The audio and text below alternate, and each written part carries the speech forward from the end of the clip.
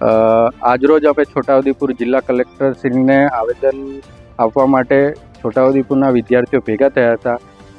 આજ કલેક્ટરશ્રીને અમે વિનંતી કરી કે જે હાલમાં જે રિઝલ્ટ આવેલા છે એવા પોલીસ કોન્સ્ટેબલ અને એની પહેલાં જે સીસીની ભરતીનું રિઝલ્ટ આવ્યું, જેમાં ગ્રુપ એની ભરતીઓમાં 200 જેટલી ST/SC જગ્યાઓ ખાલી રહી અને હમણાં હાલ જે અઠવાડિયા પહેલાં રિઝલ્ટ આવ્યું કે જે કોન્સ્ટેબલમાં કે જે લોકો મિનિમમ ક્રાઇટેરિયા 40% બી પાર કરી શક્યા નથી. તો આજ રોજ અમે કલેક્ટરશ્રીને રજૂઆત કરવા આવ્યા હતા કે જે SSCમાં જે મોડલ અપનાવવામાં આવે છે એ જ મોડલ આપણે ગુજરાતમાં અપનાવવામાં આવે. SSCમાં મિનિમમ ક્રાઇટેરિયા 30%નો હોય છે, જેમાં EWS અને OBCને 5%ની છૂટછાટ એટલે 25%નું આપવામાં આવે છે અને ST/SC સમુદાયને 10%ની છૂટછાટ એટલે કે 20% મિનિમમ ક્રાઇટેરિયા રાખવામાં આવે છે.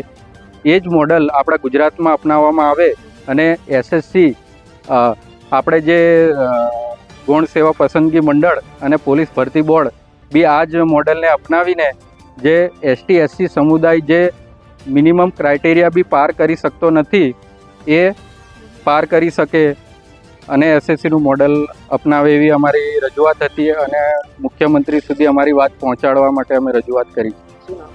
રાઠવા જયદીપ. તો આજે અમે છોટાઉદેપુર કલેક્ટર કચેરી ખાતે વર્ગ 3ની જે ભરતીઓ છે, ખાસ કરીને અત્યારે પોલીસનું રિઝલ્ટ આવ્યું અને એની પહેલાં ગ્રુપ એની CCAની જે ભરતી રિઝલ્ટ આવ્યું હતું એની અંદર બંનેની અંદર 200થી બી વધારે ખાલી જગ્યાઓ આદિવાસીઓની રહી જવાની છે. તો એના માટે અમે આવેદનપત્ર આપવા માટે આવ્યા હતા કે સેન્ટ્રલ ગવર્મેન્ટની અંદર સૌથી મોટું ભરતી બોર્ડ છે સ્ટાફ સિલેક્શન કમિશન, એ બી જો મિનિમમ માર્ક્સના ક્રાઇટેરિયા રાખતું હોય તો STને 10% જેવું રિલેક્સેશન આપે છે મિનિમમ માર્ક્સની અંદર. જેમ કે SSC, CHSL અને CGL છે એની અંદર 30% જનરલ માટે હોય તો ST માટે 20% છે. તો અમારી ગુજરાત સરકારને એટલી જ વિનંતી છે કે વર્ગ 3ની તમામ ભરતી અત્યારની જે પોલીસની છે એમાં રિઝલ્ટમાં બી ફેરફાર કરવામાં આવે અને SC/ST માટે જે 40% મિનિમમ ક્રાઇટેરિયા છે એને ઘટાડીને 30% કરવામાં આવે. આટલી અમારી સરકારને વિનંતી છે અને જો આ વસ્તુ ના થાય તો અમે આવનારા સમયની અંદર ઉગ્ર આંદોલન બી કરીશું. વિપુલ રાઠવા.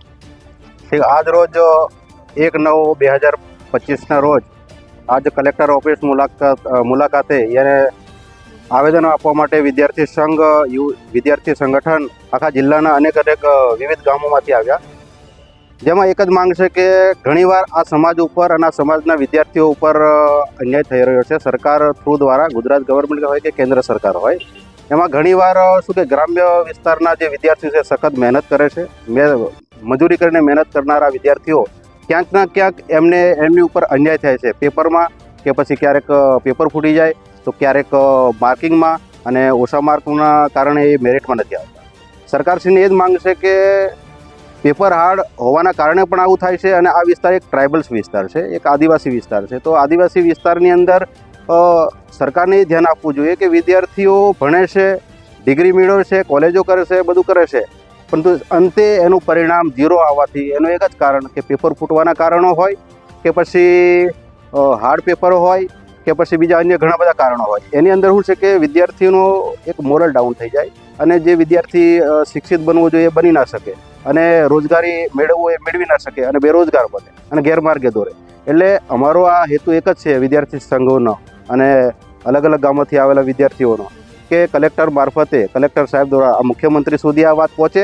સાથે સાથે અમે આગળ હવે જે અમારા જનપ્રતિનિધિઓ છે, ધારાસભ્ય છે, સંસદ છે, એને પણ અમે રજૂઆત કરીશું. અમારી આ માંગ આગળ સુધી જવી જોઈએ અને આદિવાસી સમાજના વિદ્યાર્થીઓને ન્યાય મળવો જોઈએ, એ જ હેતુ છે.